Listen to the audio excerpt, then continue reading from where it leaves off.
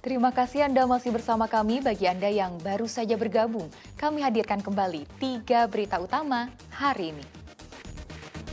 Bukannya turun, harga beras di pasar tradisional 10 Ulu Palembang naik lagi. Pedagang sepi pembeli.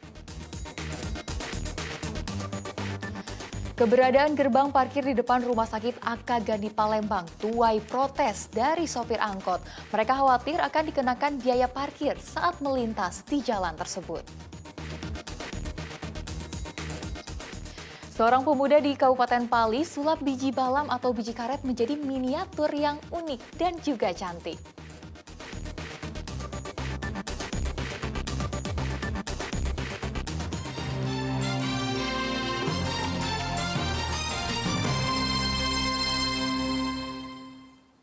Kita ke informasi selanjutnya. Sesosok jasad pria di Kota Palembang ditemukan tewas di rumah kontrakannya. Jasad korban pertama kali diketahui rekan kerjanya yang curiga karena korban sudah 2 hari tidak masuk bekerja. Belum diketahui apa penyebab kematian, namun korban ditemukan dalam keadaan tanpa busana dengan mulut mengeluarkan busa dan darah. Bau yang menyengat menggegerkan warga Perumnas Talang Kelapa, Palembang dari salah satu rumah kontrakan pada Selasa malam kemarin. Setelah pintu didobrak, warga mendapatkan penghuni kontrakan bernama Lonjik sudah tidak bernyawa di atas tempat tidurnya. Korban tercatat sebagai warga Tangerang, Provinsi Banten, dan merupakan karyawan sebuah perusahaan kontraktor di Kota Palembang. Jasad korban pertama kali diketahui oleh rekannya yang curiga korban sudah 2 hari tidak masuk kerja. Namun betapa terkejutnya saksi saat melihat dari jendela kamar korban sudah dalam kondisi tidak bernyawa. Temuan jasad korban ini dilaporkan ke Ketua RT dan diteruskan kepada pihak kepolisian setempat. Baru 2 hari. Di sini dia ngontrak apa gimana, Pak? Kontrak Asli tinggal di mana, Pak? di Tangerang. Oh, di Tangerang. Sini kerja ikut Ya. sini ya. Jadi posisi di kamar atau di Di kamar. telentang itu sudah posisi. Jadi kita melapor ini ke warga gitu, ke Pak RT gitu. Ke tempat kawan dulu kerja, Heeh, dari tempat kerja, baru ngelapor ke RT. gitu. RT baru ngelapor ke Polsek. Dia tinggal sendirian gitu, Bu. Kita sempat lihat lah, Bu, dia tuh pernah sakit apa gimana, Bu? Tidak pernah. Saat gitu. Dia sehat kalau saya pegawai. Ini dapat kabarnya gimana, Bu? Dapat kabarnya? Nah, kabar ini tadi kawannya tadi ke rumah. Kamu tetangga ini melapor katanya, Bu, kami ini ngebel kawan aku katanya. Ngapa udah nggak ngangkat? Aku suruh aku buka intip dulu kata aku, kaki dia sakit di dalam. Nah, datanglah mereka ini tadi nih. Ya, aku udah tahu pas saya jenguk ada telepon nggak rame di bawah kan, sudah. Meski dari mulut korban mengeluarkan busa dan darah, namun polisi belum berani menyimpulkan penyebab pasti kematian pria berusia 49 tahun itu. Guna kepentingan penyidikan, jasad korban langsung dibawa polisi ke kamar jenazah Rumah Sakit Bayangkara M. Hasan, Palembang untuk dilakukan autopsi. Sementara sejumlah saksi telah dimintai keterangan oleh pihak kepolisian. Didi Ruansyah melaporkan dari Kota Palembang.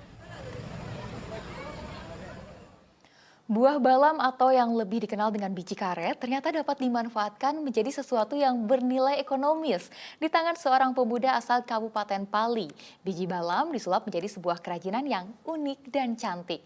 Kini usahanya terus berkembang dan mampu membuka lapangan kerja bagi warga setempat.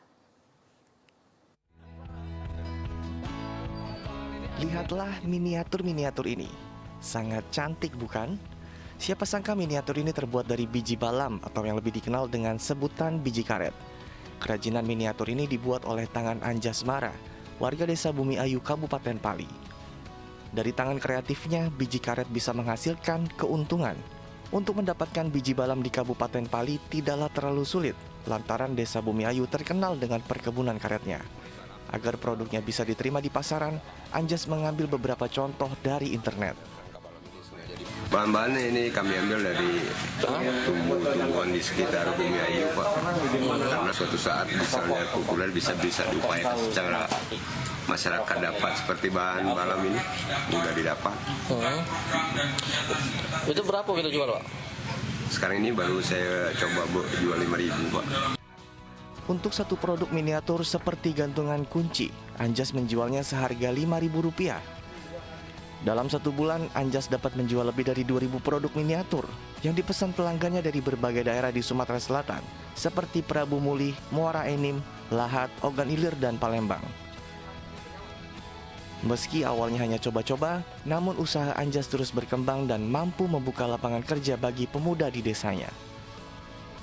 Dedi Irwansyah melaporkan dari Kabupaten Pali. Hampir dari sebagian warga desa Tanjung Atap, Kabupaten Ogan Ilir menekuni pembuatan alat masak berbahan aluminium. Namun di saat pesanan mulai meningkat, para perajin justru terkendala dengan tingginya harga bahan baku, yang tentunya membuat pendapatan para perajin ikut menurun. Para perajin saat ini hanya bisa berharap bantuan dari pemerintah daerah agar usaha mereka tetap berjalan.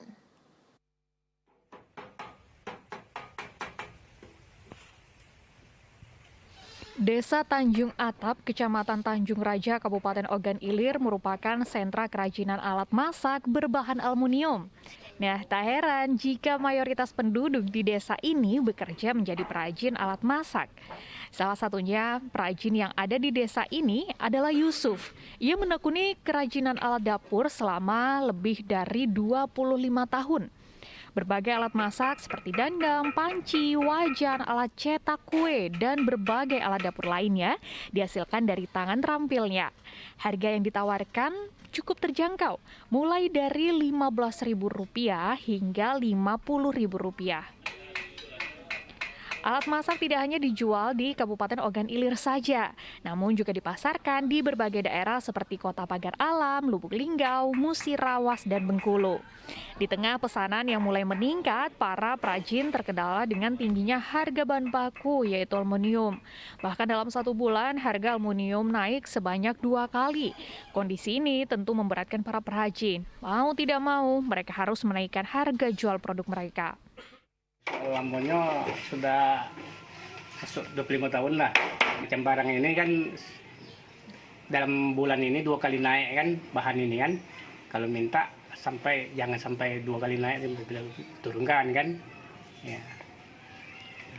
Ini bila kali barang ini naik setiap sebulan setiap 2 kali naik macam itu, barang ini istilahnya itu pembeli kurang kan. Gitu. Sejak harga bahan baku naik, pendapatan Yusuf ikut berkurang hingga 30%. Yusuf dan beberapa perajin lainnya berharap mendapat bantuan dan modal dari pemerintah setempat.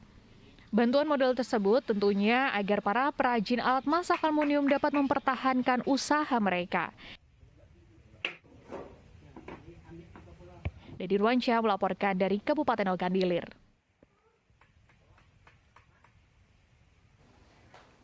Laporan tersebut mengakhiri berita Palembang hari ini. Saya Tia Anissa, berterima kasih atas perhatian dan kebersamaan Anda. Selamat beraktivitas dan sampai jumpa.